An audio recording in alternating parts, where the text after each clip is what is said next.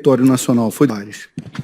a despeito da supralegalidade dos tratados que versam sobre direitos humanos, o artigo 23 da Convenção Americana de Direitos Humanos, o Pacto de São José da Costa Rica, não tem força suficiente para derrogar o texto originário da Constituição da República em matéria de elegibilidade. Segundo o artigo 23, o item 2 do artigo 23, que trata dos direitos políticos, o Pacto de São José da Costa Rica diz que a lei pode regular o exercício dos direitos e oportunidades a que se refere o inciso anterior, exclusivamente por motivos de idade, nacionalidade, residência, idioma, instrução, capacidade civil ou mental ou condenação por juiz competente em processo penal. O que ocorreu no caso. Com o dever do respeito, pretender superar a superação da ordem constitucional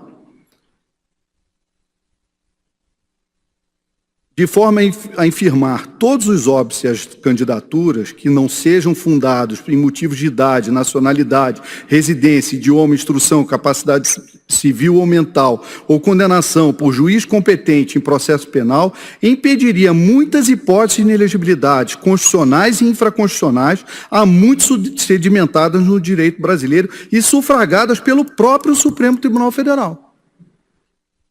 A vingar a interpretação nesse sentido, não subsistiriam, por exemplo, as inelegibilidades decorrentes de exercícios sucessivos de mandato, impressa na Constituição da República, em seu artigo 14, parágrafo 5º, de parentesco, também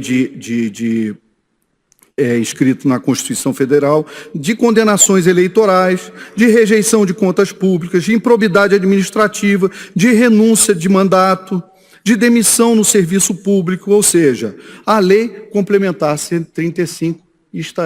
não ficaria de pé, considerado o texto deste artigo 23, item 2. No entanto, como se sabe, o Supremo Tribunal Federal, por ocasião do julgamento da ADI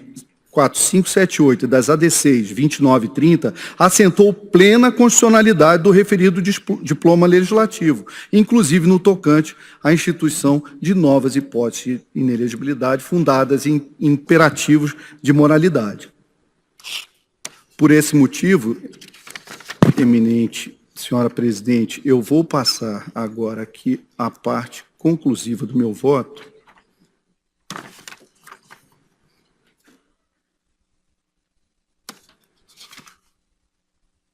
no qual cito também alentado precedente do voto proferido do ministro Luiz Fux no julgamento do RESP 471-53, em 2 de dezembro de 2014, que trata justamente da questão, quando provocado o Supremo Tribunal Federal, sobre a compatibilidade do Pacto São José da Costa Rica, esse dispositivo, o artigo 23, com a Constituição Federal, à vista da introdução da lei da ficha limpa.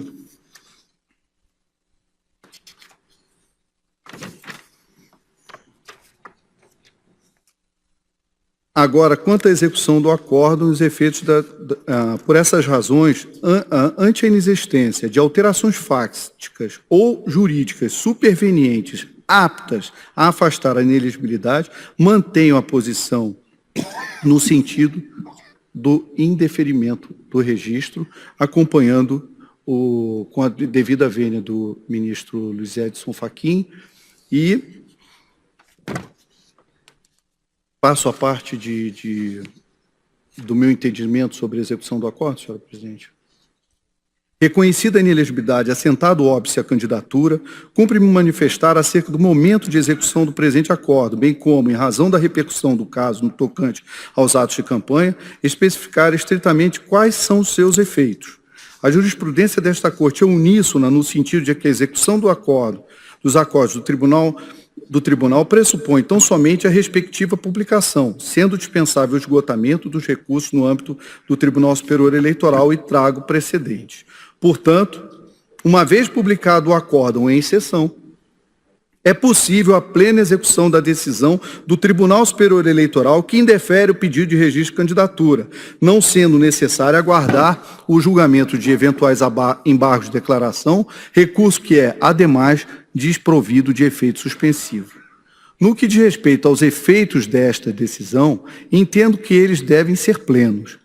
desde a publicação do acordo, extraindo-se daí todas as consequências do indeferimento, no tocante à interdição de atos de campanha, a não inclusão do respectivo nome na urna e a intimação da coligação para, querendo, exercer a faculdade de que trata o artigo 13 da Lei 9.096. A esse respeito, destaco que o disposto no artigo 16 da Lei 9.504 não impede a execução do acordo do Tribunal Superior Eleitoral que indefere o registro de candidatura de candidato à presidência da República. Seja por se tratar da derradeira instância desta jurisdição especializada, seja pelo fato de que as decisões desta Corte, no modelo constitucional pátrio, são, em regra, irrecorríveis. E, por fim, eminente presidente, voto no sentido, portanto, de acompanhar o relator e julgar procedentes as impugnações apresentadas,